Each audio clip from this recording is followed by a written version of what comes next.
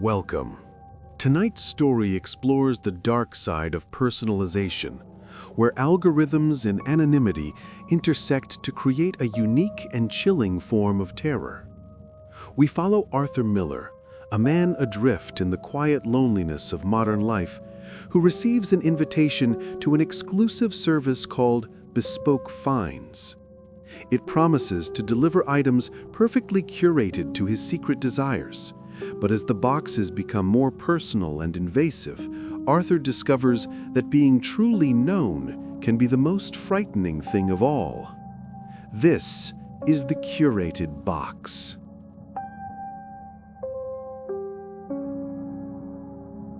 The invitation was not digital. In an age of algorithmically targeted ads that bled from one device to another, it arrived as a physical object, heavy and incongruous in a pile of bills and takeout menus. It was a simple matte black card, thick as a credit card, with a single embossed silver word: Bespoke. There was no return address, no logo, just a QR code. Arthur Miller, a man whose life had settled into the quiet hum of solitude and remote data entry, felt a flicker of something he hadn't experienced in years: genuine curiosity. He scanned the code. It led to a minimalist website, a void of black with a single prompt: enter your invitation code. Below the box, in elegant serif font, were the words Bespoke Finds, the world curated for you. The code, he discovered after a moment of confusion, was faintly watermarked on the back of the card, visible only when tilted to the light. The site asked for his name, address, and payment information. There was no price listed, only a note that membership was all-inclusive. It felt reckless, like a scam, but a profound sense of being unseen, of being just another data point in a meaningless stream, pushed him forward. He wanted to be curated. He wanted to be found. He typed in his details and clicked Begin. The first box arrived a week later. It was a sturdy, featureless black cube that seemed to absorb the light in his sparsely decorated apartment. There was no shipping label, no branding. It was simply there, on his doorstep when he woke. Inside, nestled in soft black foam, were 3 items. The first was a first edition hardcover of a forgotten sci-fi novel from the 70s, a book he'd lamented being out of print on a niche internet forum nearly a decade ago. His thumb traced the faded embossed title, a ghost of a memory made real. The second was a bag of whole bean coffee from a tiny single-location roaster in rural Vermont. He had visited once on a road trip 5 years prior. He remembered the taste distinctly, notes of dark chocolate and cherry, a flavor he had never been able to find again. The third item was a vinyl record from an obscure post-punk band that had broken up after one EP in the early 2000s. He had listened to their pirated MP3s on a loop during his freshman year of college, the raw, melancholic sound a perfect mirror for his own adolescent angst. Arthur was stunned. It wasn't just that they knew what he liked. They knew the specific, lost artifacts of his life. It was more than a good algorithm. It was like a conversation with his own past. He brewed the coffee, the rich aroma filling his small kitchen, and put the record on his turntable. As the jagged guitar riffs filled the room, he smiled. He felt seen. He felt known. The second box came a month later. The novelty had not worn off. He felt a childish excitement seeing the black cube on his welcome mat. This time, the contents were more personal, shifting from his consumer history to his internal landscape. There was a weighted, sleek silver pen, perfectly balanced, that felt incredible to roll between his fingers, a panacea for a nervous habit he hadn't even consciously registered. There was a framed art print of an obscure piece of surrealist art he had once seen online and fallen in love with, spending an hour staring at the high-resolution image before the browser tab was lost to the digital ether. And then There was the cologne. It came in a simple glass atomizer with no label. He sprayed a mist on his wrist and inhaled. The scent was uncanny, impossible. It was the smell of damp earth and petrichor, the sharp tang of cedarwood, and the faint, dusty sweetness of old paper. It was the exact sensory profile of his grandfather's cabin, a place he hadn't been since he was 10 years old, a place that existed only in the most treasured and most private corners of his memory. A cold knot formed in his stomach, a strange counterpoint to the warmth of nostalgia. How could they know that? It wasn't on a forum or in a purchase history. That scent was locked inside his own skull.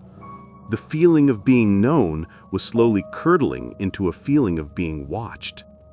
He tried to find more information. The Bespoke Finds website remained a sterile login portal. There was no About Us, no contact email, no customer service number. Reverse image searches of the logo yielded nothing. The monthly charge on his credit card statement was a cryptic string of letters and numbers originating from a different offshore holding company each time. Bespoke was a ghost.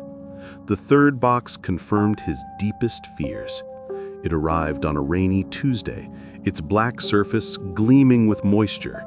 His hands trembled as he sliced the tape. The familiar black foam was there, but the items it held were cold, metallic, and malevolent. The first was a key, a single old-fashioned brass key, heavy and ornate. It looked like a prop from a movie, but a dreadful intuition guided him. With his heart hammering against his ribs, he walked to his apartment door, slid the key into the lock, and turned. It moved with oiled precision. The deadbolt clicked open. He stumbled back, gasping, a violation so profound it left him dizzy. They had a key to his home. Had they been inside? He frantically checked his belongings, laptop, wallet, personal documents. Everything was there. Nothing was out of place. This was somehow worse. It meant their intrusion was as silent and perfect as their curation.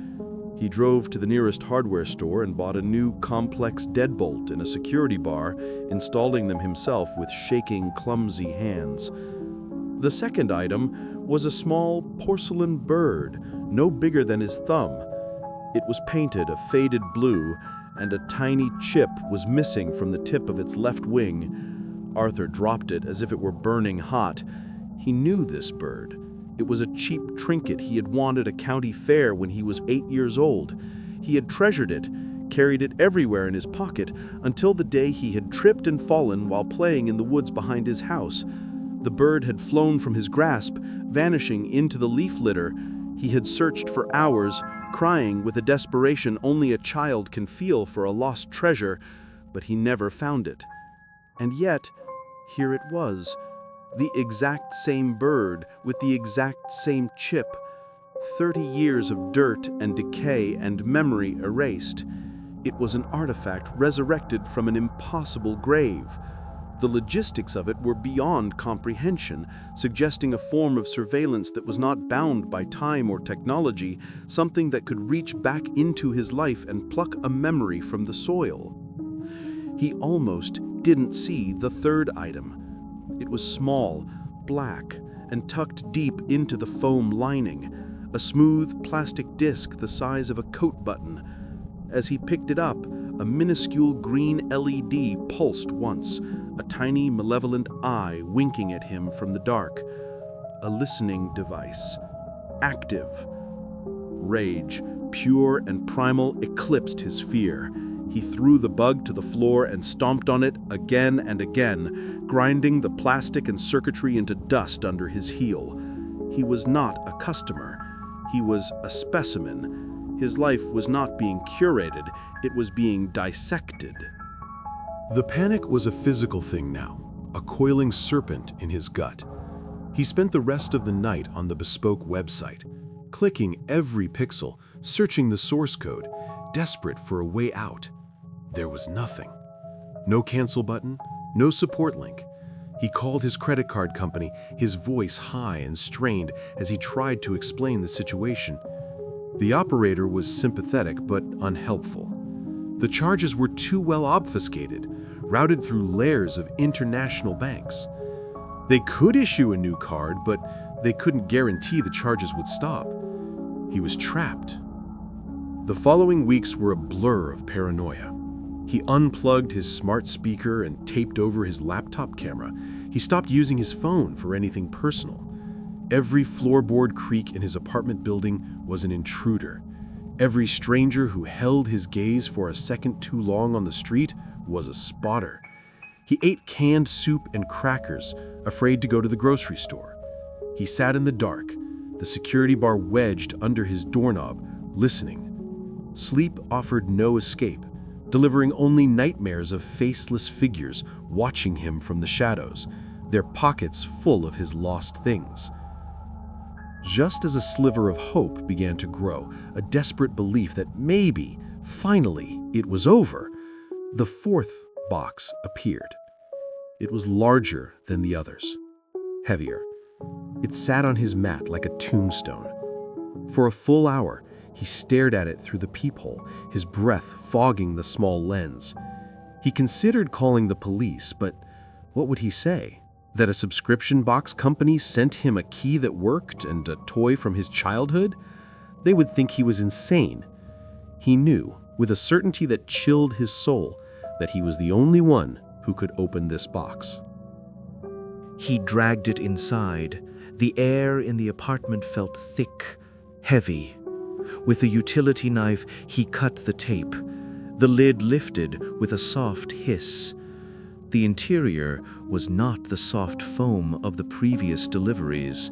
It was a dense, hard black foam, custom cut with chilling precision. There were only 2 items. The first was a knife. It was a military-grade combat knife with a 7-inch non-reflective blade sharpened to a razor's edge. The handle was made of a black, textured composite material, and when Arthur reluctantly picked it up, the grip felt as if it had been molded for his hand and his hand alone. It was perfectly balanced, an instrument of brutal efficiency. This was not a collectible. It was a weapon. The second item was a slim manila folder. His fingers felt numb as he opened it. It was a dossier, a complete intelligence profile of a woman he had never seen before. Her name was Clara Jenkins. The folder was filled with glossy, high-resolution photographs. Clara at a coffee shop, her head thrown back in laughter. Clara walking her small terrier in a park, the dog's leash taut in her hand. Clara unlocking her front door. The last photos were taken through a window. Clara watching television in her living room, a book open on her lap. The same invasive, impossible surveillance he had been subjected to, now turned outward. The dossier included her address, a map of her neighborhood, her daily routine meticulously documented down to the minute.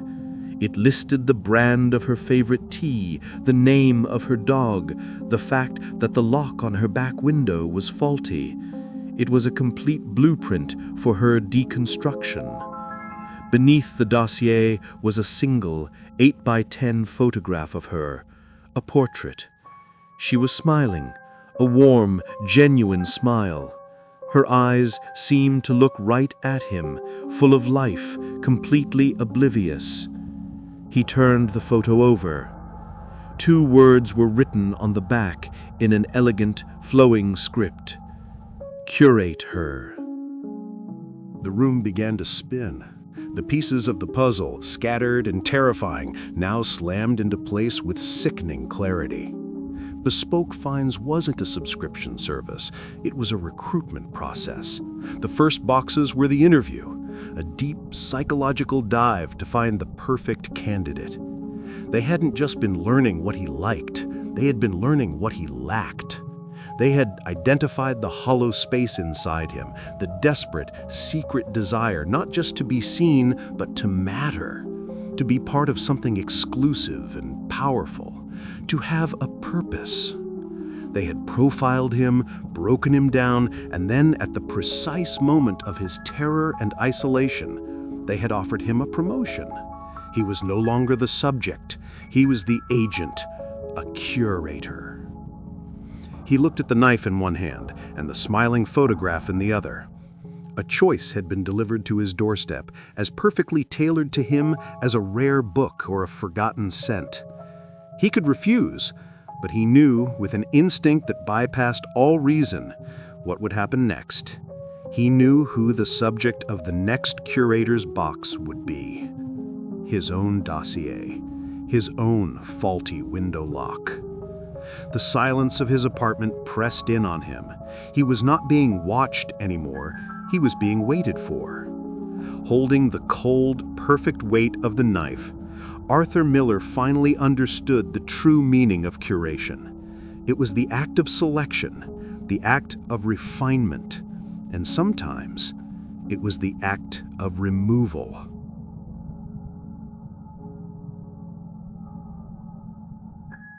Thank you for tuning in.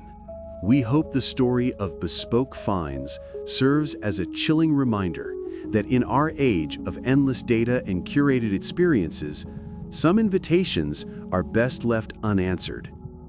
Be careful what you wish for, you just might get it.